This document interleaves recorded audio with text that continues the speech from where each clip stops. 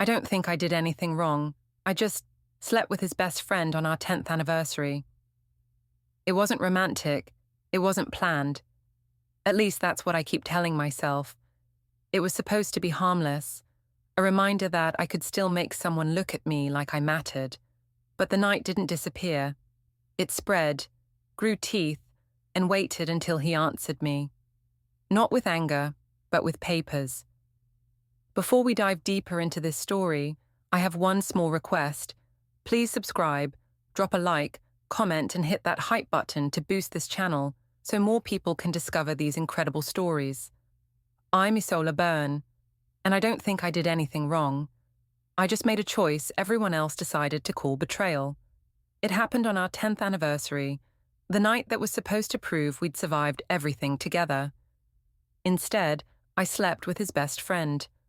Darren was charming, warm, the kind of man who looked at me like I was still someone worth wanting. Ethan barely looked at me anymore. He'd become all logic and silence, every sentence practical, every gesture planned. So when Darren leaned in and said I still had that spark, I believed him. It wasn't love, it was validation. A reminder that I could still matter. People say cheating destroys marriages, but honestly, it felt like the only time I'd been seen in years. I didn't realize Ethan saw everything too. Not the act itself, he's too smart for drama, but the shift, the lie I thought I could hide behind laughter. Now everyone calls me the villain, and maybe I am. But he's not innocent either. He waited, gathered proof, and then made his move in front of everyone. I thought silence meant surrender. I didn't know it meant strategy. The restaurant was the kind with soft amber lighting and quiet music meant to make couples lean closer. It should have felt romantic, but it just made me restless. 10 years of marriage, and Ethan still thought candlelight and salmon counted as celebration. I'd worn a silk dress I'd bought myself because he never noticed things like that anymore. He'd complimented it, of course, in his careful way. Said, I looked nice. Not beautiful, not stunning. Just nice. He always measured words like they cost him something. He sat across from me, posture straight, napkin folded in perfect halves on his lap. The waiter poured wine, and Ethan thanked him with that polite tone that made people think he was gentle. I knew better. His calmness was a form of judgment. I told him I'd booked the table weeks ago, that it was one of the best in town. He nodded and said, Good choice. That was it. No warmth, no spark. I wanted to shake him, make him feel something, anything. When Darren appeared, it was almost cinematic. He walked in with that easy grin, jacket slung over his shoulder, the kind of man who fills a room just by existing. He was Ethan's best friend, though you'd never guess it by looking at them together. Ethan, all quiet order. Darren, all charm and noise. He spotted us, waved, and crossed the room like it was his stage. Anniversary dinner, huh? 10 years, he said, clapping Ethan's shoulder. Man, you two are still the gold standard. Ethan smiled the way he does when he doesn't want to make a scene. Something like that, he said. Darren turned to me and said, I looked incredible, that I hadn't aged a day since our wedding. He wasn't subtle. He never was. But I laughed, letting it hang there, because for once I liked being admired. I could feel Ethan watching me, his eyes steady but unreadable. The waiter brought appetizers, and I noticed Ethan's hand move to his glass. He swirled the wine before sipping, just once, as if testing its patience.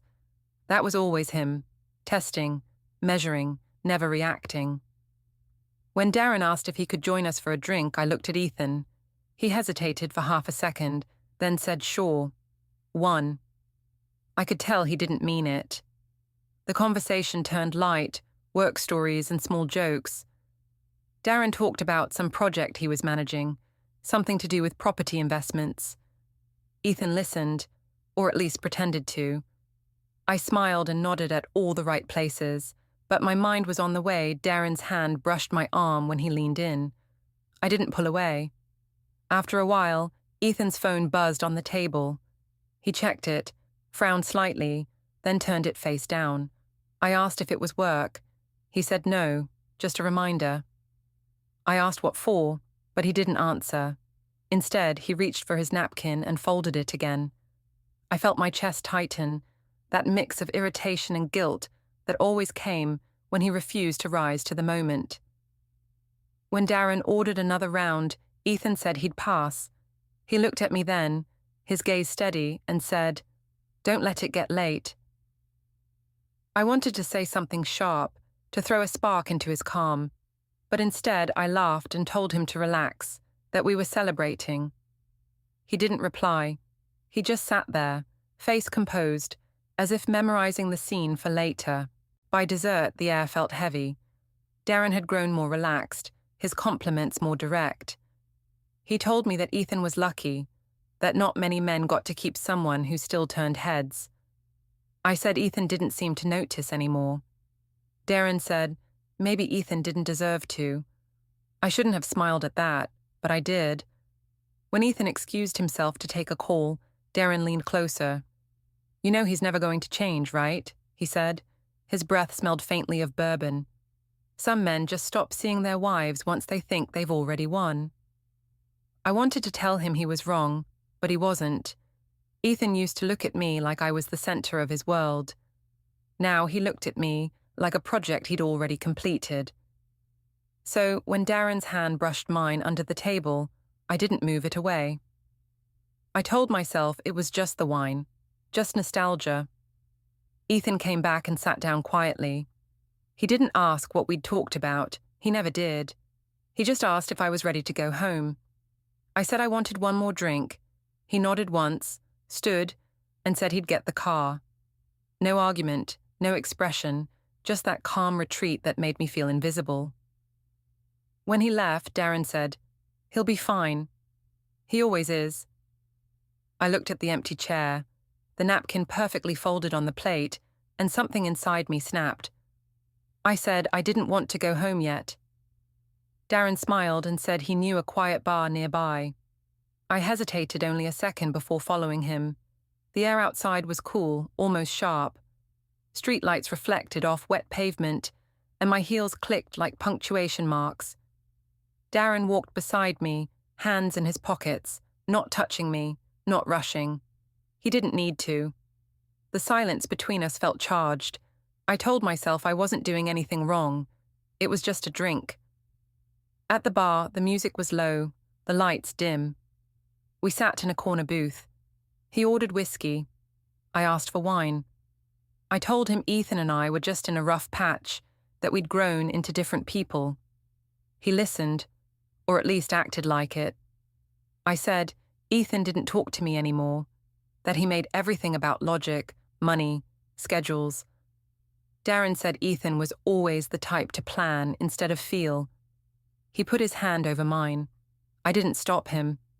The more I talked, the more I believed my own story, that I was the one being neglected, the one seeking something real. Darren said he'd always thought Ethan didn't deserve me, that I was wasted on a man who treated love like a checklist. I should have laughed it off. Instead, I asked if he really meant it. He said yes, and then he kissed me. It wasn't a slow, movie kind of kiss. It was quick, certain, the kind that ends too soon but leaves you dizzy. I pulled back, heart racing, half afraid someone might see. He just looked at me, smiling, as if we'd crossed some inevitable line. I told him it was a mistake. He said mistakes only mattered if we regretted them. Later, when we left, the street was empty. My phone buzzed, a message from Ethan, "Drive safe." That was it. No question, no emotion, just polite concern. It almost made me angry. I typed back, "You too," but didn't send it. Darren offered to walk me to my car. I let him. When I got home, the house was dark. Ethan's shoes were lined neatly by the door, his jacket on the hook. The guest room door was closed. I stood there for a long time, holding my purse like it might anchor me. In the kitchen, 2 mugs sat by the sink, his spotless, mine half full and cold. I told myself it didn't mean anything what happened. It was just a moment. Everyone makes mistakes. But when I lay in bed alone, I couldn't shake the feeling that Ethan already knew. That his silence wasn't ignorance, it was waiting. The next morning, he was up before me. I heard the coffee machine, the low hum of a printer from the guest room. When I came down, he was at the table, scrolling his phone. He looked up, smiled faintly, and asked if I slept well. I said yes. He nodded and said he'd be working from home for a while, needed quiet. I told him we should take a trip, do something spontaneous. He said maybe later. His tone was polite, measured, final. Then he gathered his papers and went to the guest room. The door clicked shut. I made myself coffee, pretending not to care. On the counter, his phone lit up with a notification. Calendar alert, downtown 9:40 a.m. I stared at it for a few seconds, wondering what it meant. A meeting, an appointment. Something about that time, that exactness, felt off. Before he left, he came to the kitchen and kissed my forehead. It was so calm, so careful, it almost felt like a goodbye. I asked if we were okay. He said, "We always are." Then he walked out. I wanted to believe him. I really did. But something about the way he said it, soft, precise, rehearsed, made me think he was already writing the ending. The next morning, the sun hit too bright through the kitchen window, like the world had moved on faster than I was ready for. Ethan was already gone by the time I came downstairs. His side of the bed was perfectly smooth, not a wrinkle in sight. He always made it like that, like even sleep had to be organized. The coffee pot was still warm, 2 mugs by the sink again. His rinsed clean, mine from last night still stained. It was like a small art piece about everything wrong with us. Order beside neglect. I told myself not to overthink. We'd had a tense dinner, that was all. Every couple has one. He'd cool off, I'd charm my way through breakfast, maybe even make a joke about how uptight he was. I could always talk my way out of anything. That's what I loved about being me. I could explain something until people started believing my version instead of the truth. I put on one of his shirts and scrolled through my phone while the kettle hissed. There were already messages in the group chat from my friend Maya. She'd seen Darren's Instagram story, just a photo of champagne glasses on a marble table, captioned "Good Company." He hadn't tagged me, but the reflection in the glass gave it away if you knew where to look. I did. So would Ethan, if he ever saw it. Maya texted, "You're wild. Did it actually happen?" I stared at the screen for a moment before typing back. It was nothing. Just a stupid moment. She replied with 3 laughing emojis and "Girl, live a little." You deserve fun. Fun. That's what I was supposed to call it, I guessed. A break from being the responsible wife, the woman who organized school fundraisers and kept track of insurance renewals. Everyone saw me as composed, efficient, admired. No one knew how suffocating that kind of admiration could get. Ethan came home around lunchtime. He didn't look angry or even tired, just quiet in that unnerving way of his.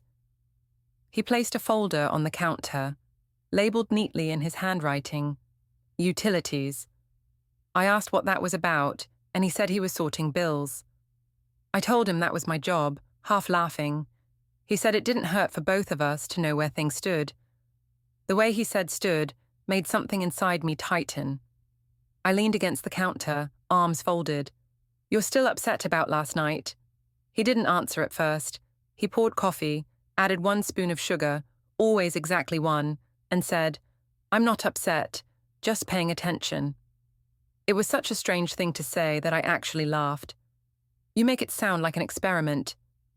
He looked at me then, really looked, with those calm eyes that never seemed to blink. Maybe it is. I tried to joke it away. I said he should relax, that everyone at the restaurant thought we were the perfect couple. He said perfection is just what people see when you stop telling the truth. I told him he was being dramatic. He said I was confusing drama with reality. That silence after hurt, worse than shouting. I wanted him to snap, to accuse, to show he cared enough to fight. but he just cleaned his mug, dried it with the same dish towel he always used, and placed it upside down. Then he said he'd be working from home for a few days, testing new accounting software. I said that was fine. He nodded, and that was the end of it. All afternoon he stayed in the guest room with the door half closed. Every so often, I'd hear the soft hum of the printer or the faint click of typing. Once, I peeked in and saw a spreadsheet open on his laptop, rows of dates and short notes beside them. I didn't recognize the titles. I asked what it was, pretending curiosity. He said it was something for work. I didn't believe him, but I smiled anyway and said he looked very professional. He didn't respond. When Ella came home from school, she ran to hug him first.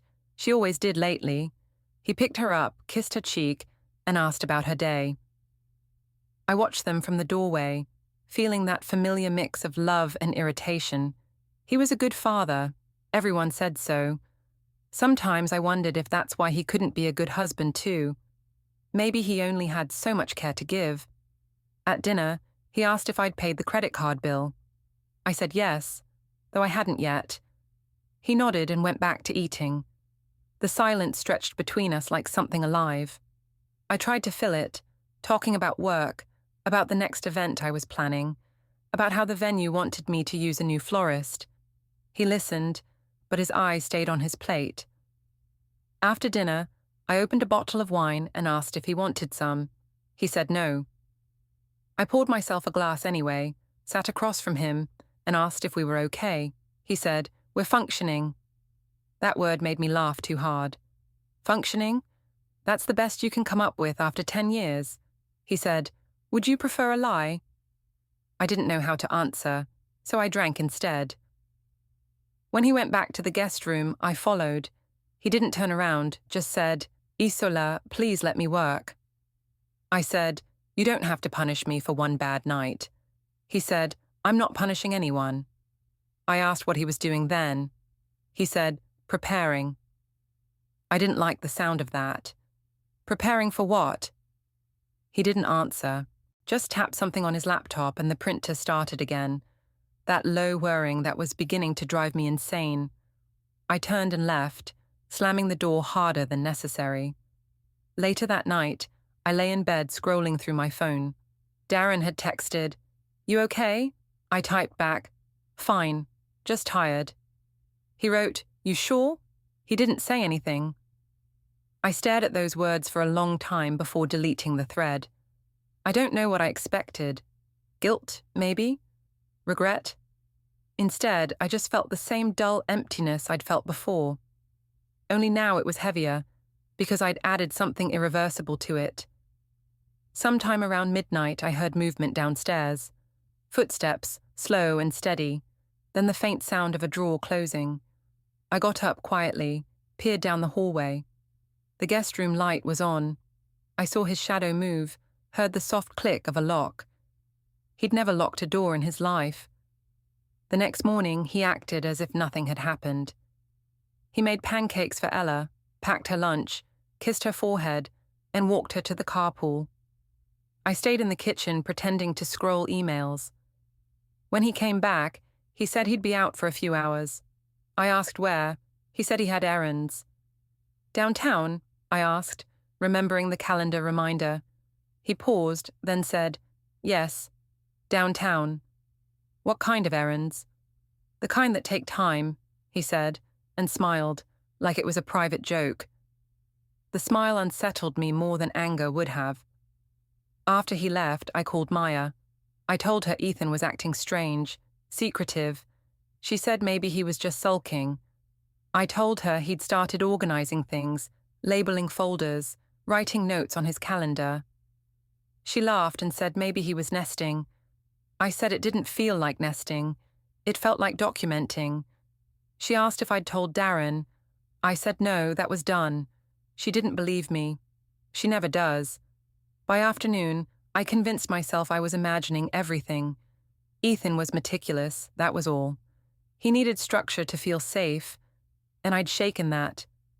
I went for a walk, bought groceries I didn't need, even picked up his favorite brand of tea. I thought maybe if I showed him I cared, it would fix things. When he came home, I said I'd made dinner. He thanked me, sat down, and ate quietly. Not a word about the past few days. When we finished, he stood, rinsed his plate, and said he'd be in the study for a bit. I followed him, leaned against the doorway, and asked if we could talk. He said, "About what?" "About us." He looked up. "We're fine." "We're not fine," I said. "You're acting like I murdered someone." He said, "Not yet." I froze. "What's that supposed to mean?" He didn't answer, just went back to typing. That night, when he finally came to bed, he stayed on his side, facing away from me. I waited for him to say something, anything. When he didn't, I whispered that I loved him. He said, "You love yourself. You always have." I almost sat up, ready to argue, but the way he said it, quiet, factual, not cruel, took the fight out of me. I stared at the ceiling until morning, wondering if maybe he was right. By the third day, he'd set up his entire workspace in the guest room. I walked in once and saw a small stack of USB drives labeled with dates. I asked what they were. He said backups. I didn't ask of what. Everything felt strange after that. Too still, too neat. Even the air between us had changed texture. I'd wanted a reaction, but his silence was worse than rage. It was control. It was him rewriting the story without a single raised voice. And for the first time in years, I didn't know how to talk my way out of it.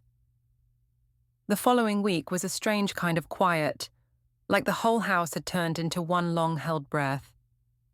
Ethan still spoke when necessary, about bills, about Ella's school pickup, about groceries, but never about us. Every word he said was efficient, nothing wasted. He had started writing things on sticky notes, small, neat reminders stuck to the fridge, the cabinet, even his office door. Bring forms, call bank, paper drop. Little clues that felt too organized to be random. At first, I told myself it was work. He'd always been good with order. Maybe this was just his new system. But there was something deliberate about the way he moved lately, like a man following instructions only he could see. Every time I asked what he was working on, he said, "Just making sure things are in place." I spent my days pretending not to notice. I'd go to the office, try to focus on planning events, but my mind kept circling back to those sticky notes. My boss, Maria, said I seemed distracted. I told her Ethan and I were just going through a busy patch, that he was drowning in paperwork. She laughed and said all husbands drown in paperwork eventually. I smiled like it was a joke. Then there was Darren. He texted again. "We should talk." I ignored it the first time. Then again when he wrote, "He's not saying anything to me, is he?" When the third message came, "Please." I didn't mean for this to get messy. I deleted the whole thread. The last thing I needed was digital evidence of stupidity. Still, my pulse spiked every time my phone buzzed.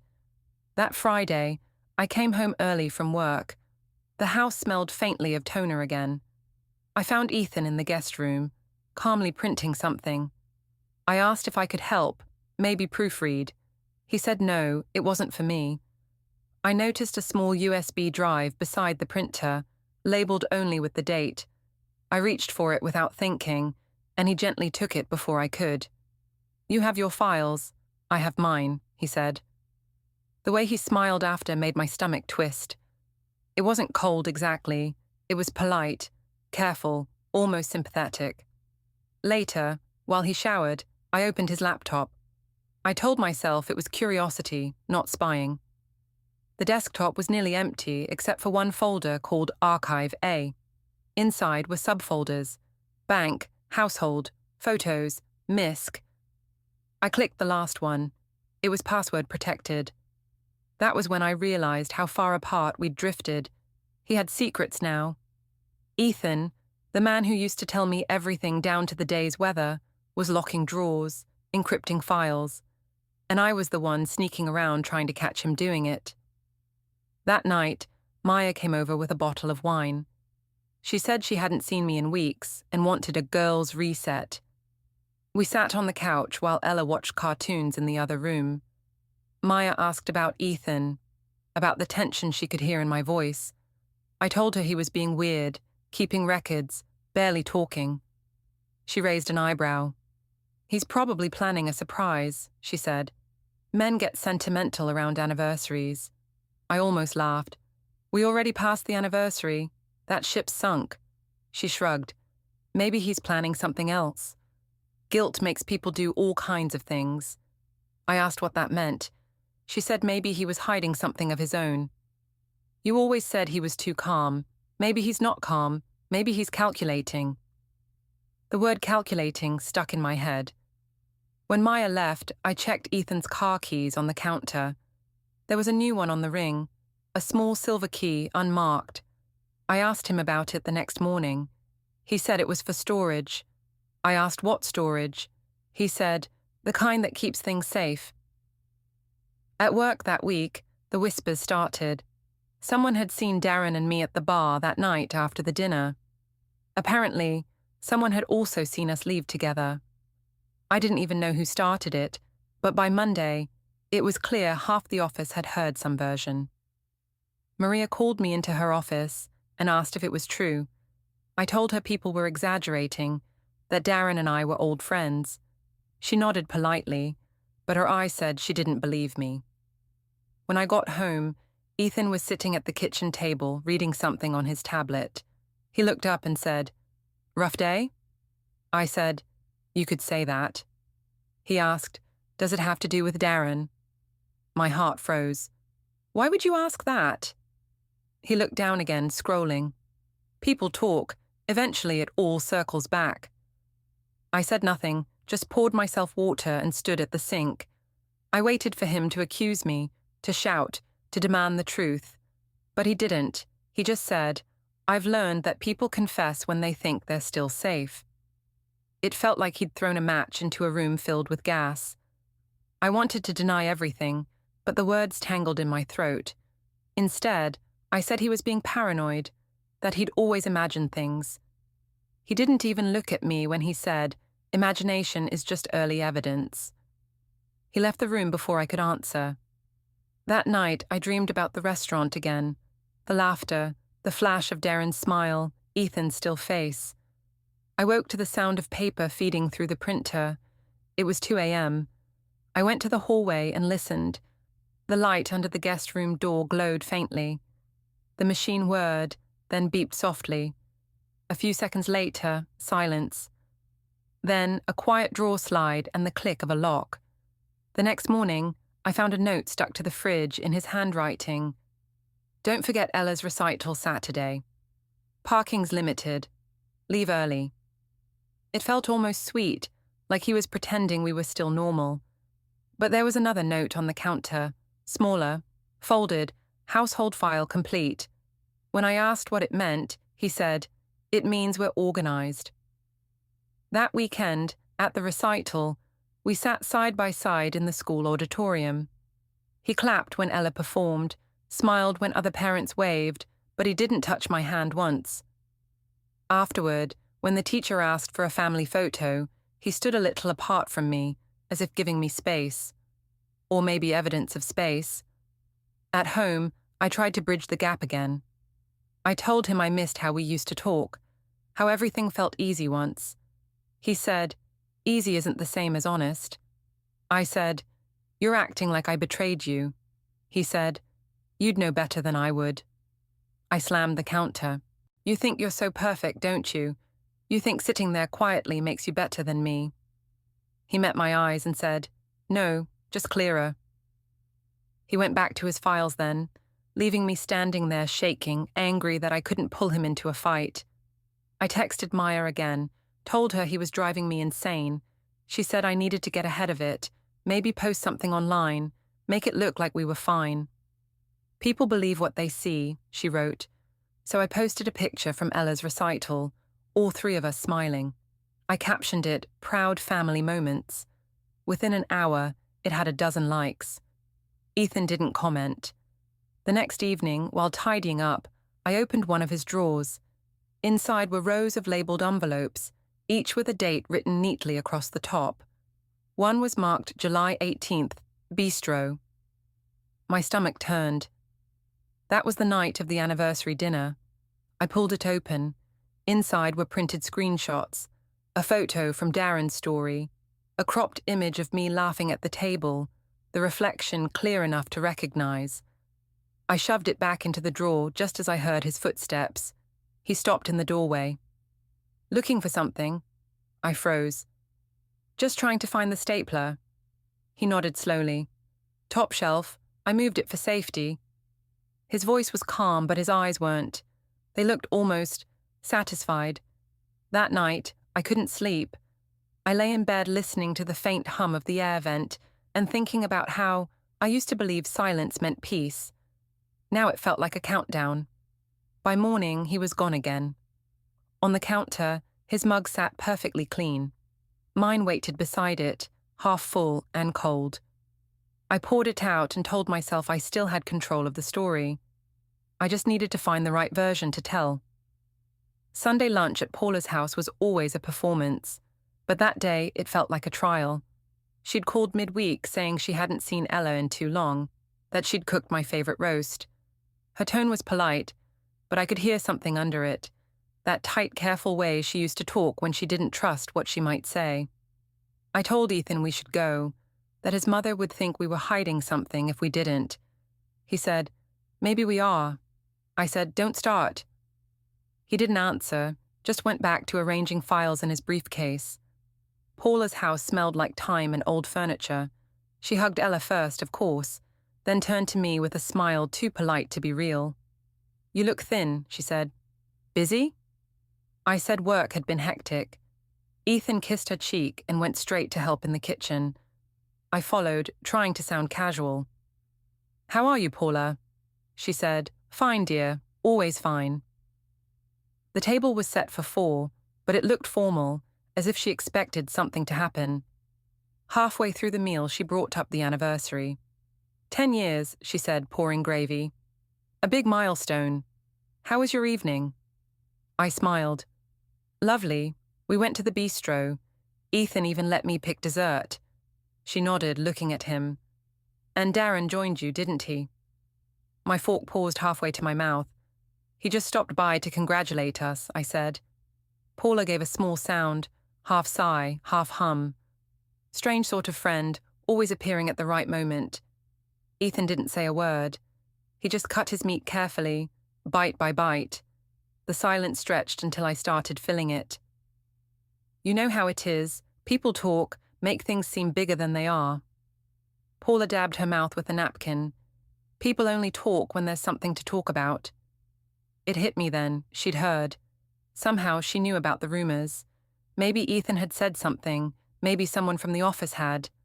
Either way, the room felt suddenly smaller. I said, "Whatever you think you know, it's exaggerated." Paula looked at Ethan. "Is that true?" He met her eyes calmly. "Everyone has their own version." That made me angry. "You're not even defending me." He said, "I'm not accusing you either."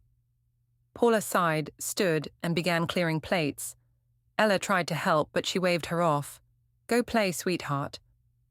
When the girl was out of earshot, Paula said softly, "Ethan, why don't you tell me what's going on?" He said, "There's nothing to tell yet." "Yet?" I said sharply. "That sounds ominous." He didn't answer. He stood, thanked his mother for the meal, and told her we should be leaving soon. In the car, Ella hummed softly in the back seat while I sat rigid beside him. "You let her talk to me like that," I said. He kept his eyes on the road. She asked a question. "She accused me." He said, "If it wasn't true, it wouldn't bother you this much." That line made my skin crawl. "You think I did something?" He didn't look away from the traffic. "I think something happened. The rest is detail." At home, I followed him into the kitchen, refusing to let it drop. "If you're so sure, why don't you just say it? Go ahead, call me whatever you're dying to call me." He put his keys on the counter, slow and deliberate. "I don't use words I can't prove." That was worse than yelling. It was like he'd already sentenced me in some silent court I couldn't enter. I slammed the cabinet door just to make a sound. "You're acting like a lawyer, not a husband," he said. "Maybe I need to be both." I laughed because it sounded ridiculous. "What are you going to do, sue me for hurting your feelings?" He looked at me then, really looked, with that calm that was starting to terrify me. Feelings aren't the issue. Facts are. He walked out, leaving me standing there shaking. I poured myself a drink, sat at the counter, and told myself he was bluffing. He wouldn't dare take it further. Men like Ethan didn't want scandal, they wanted control. He'd sulk, collect his little notes, then eventually soften. They always did. But the next few days, his quiet became even sharper. He stopped eating dinner with me. He still helped Ella with homework, still did chores, still acted normal enough that anyone else would think we were fine. But everything between us was now rehearsed, like actors reading from a script they hated. Maya called one night and said she'd seen Ethan at a cafe downtown with some man in a suit. "He looked serious," she said. "Not like a friend serious, more like business serious." I said, "He's probably working on something." She said, "At 9 p.m. I told her to stop reading into things. But when I hung up, my stomach hurt. I remembered the calendar alerts, the locked drawer, the labeled files. When he came home that night, I asked where he'd been. He said, "Out." I said, "With who?" He said, "People who listen." It was such a strange answer, I didn't even know how to respond. Later, after Ella went to bed, I found him sitting in the guest room again, the desk covered in papers. "I can't sleep when you're in here clicking all night," I said. He said, "You'll sleep fine soon." The way he said it, calm, final, made the back of my neck prickle. "Are you planning something?" I asked. He looked up. "Yes." "What?" He leaned back in the chair. "Resolution." I tried to laugh it off. "You're scaring me." He said, "That's not my intention. You'll understand when it's time." Then he turned back to the computer and started typing again, like I wasn't even in the room. I went to bed and lay staring at the ceiling. Every sound in the house felt amplified: the hum of the fridge, the creak of pipes, the faint rustle of paper from his office. I wanted to believe he was bluffing, that this was just his way of punishing me quietly. But somewhere deep down, I knew it wasn't just silence anymore. It was preparation. The next morning, he kissed Ella's head before leaving for work. She asked why he didn't kiss me too. He said, "Because Mummy's busy." She frowned. "Busy with what?" He smiled. "Everything." I stood there frozen, pretending it didn't sting. After he left, Ella asked, "Are you and Daddy mad?" I said, "No, sweetie. Grown-ups just get tired sometimes." She nodded but didn't look convinced. I spent the rest of the day walking from room to room, touching things that suddenly felt borrowed. The framed wedding photo, the stack of mail with both our names, the faint scent of his cologne in the hallway. It felt like living in a house already half emptied of meaning. That evening, he came home later than usual. He set his briefcase down, loosened his tie, and said softly, "I'll handle it properly." I asked what he meant. He just smiled that quiet, deliberate smile and said, "You'll see." Then he went upstairs, leaving me standing in the kitchen, listening to the faint sound of the guest room door clicking shut. The week after that felt like walking through fog. Everything looked the same from the outside: school runs, laundry, bills. But there was a strange precision to how Ethan moved now, as if every word and action had already been rehearsed. He woke earlier than usual, left neatly written reminders on the fridge, and spent his evenings in the guest room with the door closed. I'd stopped asking what he was doing in there. Every time I did, he'd answer with something so mild and vague that it made me feel childish for even questioning it. I told myself it would pass. I told myself men like Ethan always cooled off after a while, that the silence was his way of sulking. I'd seen him angry before, though never for long. But this was different, measured, polite, careful.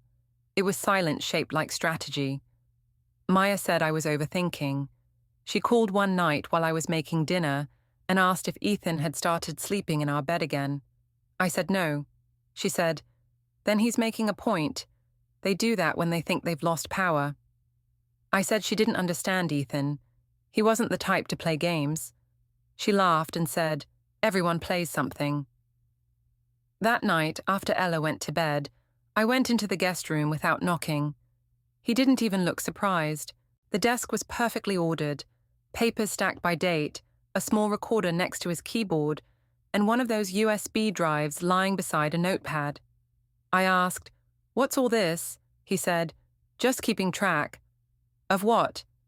"Conversations, transactions, timelines."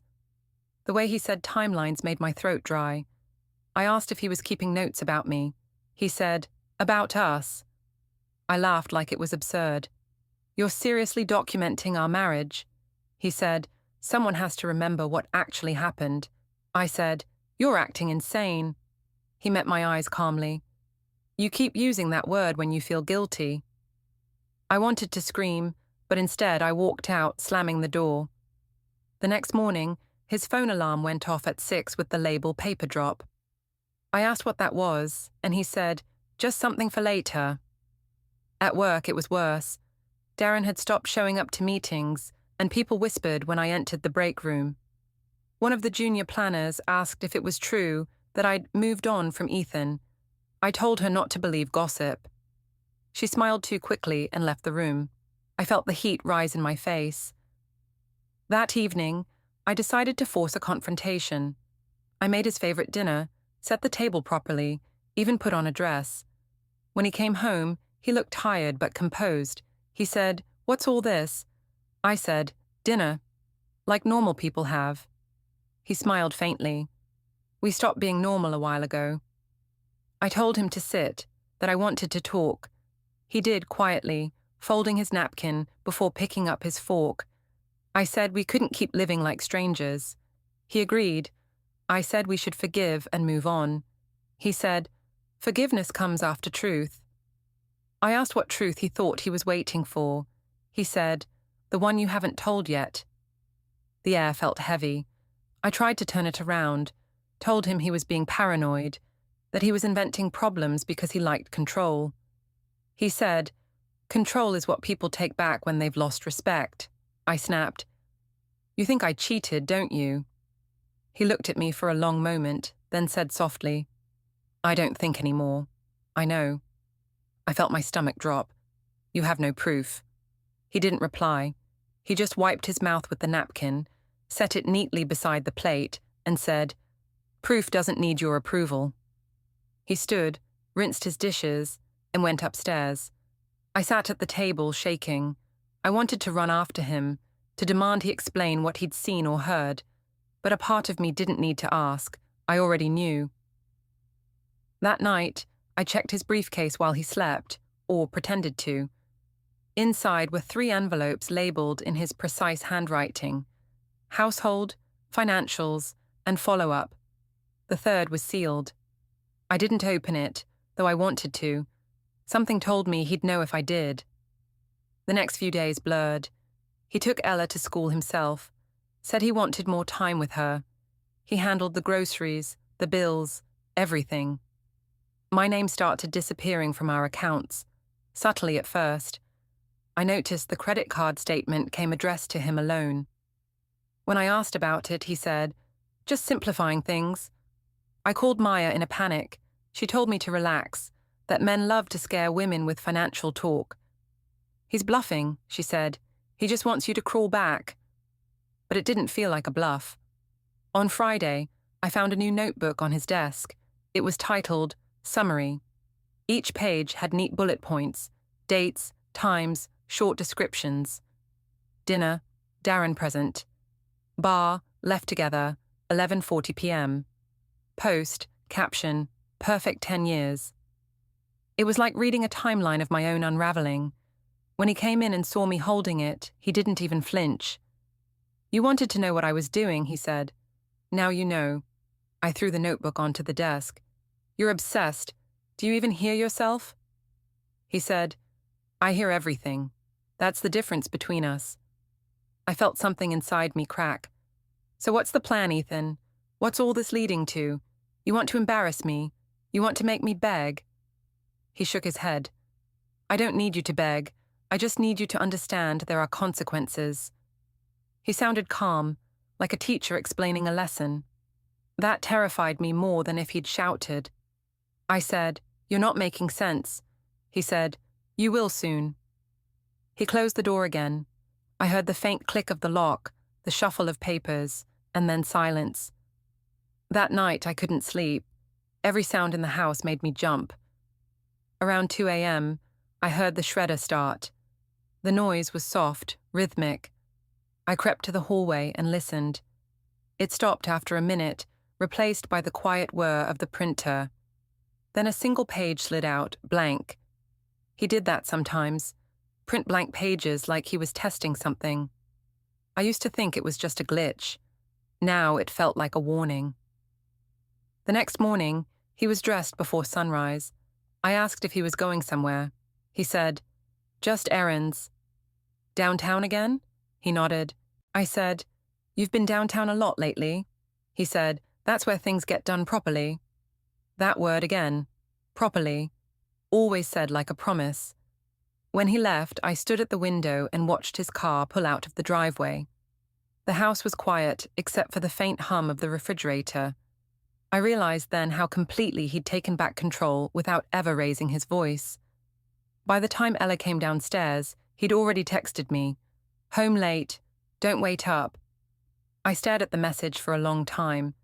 It wasn't angry, it wasn't even distant, it was polite, final. That night, before bed, I went into the guest room one last time. The desk was cleared, drawers empty. Only a single note remained, folded neatly in the center. Resolution in progress. I stood there for a long time, holding that slip of paper, trying to decide if it was a threat or a promise. I still couldn't tell. It happened in the lobby of his office building. Bright daylight, people everywhere. Ethan walked in with 2 men in suits and handed me an envelope. I laughed, thinking it was another of his tests. Then I saw the header, petition for divorce and custody orders, effective immediately. He didn't look angry, just relieved. I tried to speak, but he'd already turned away.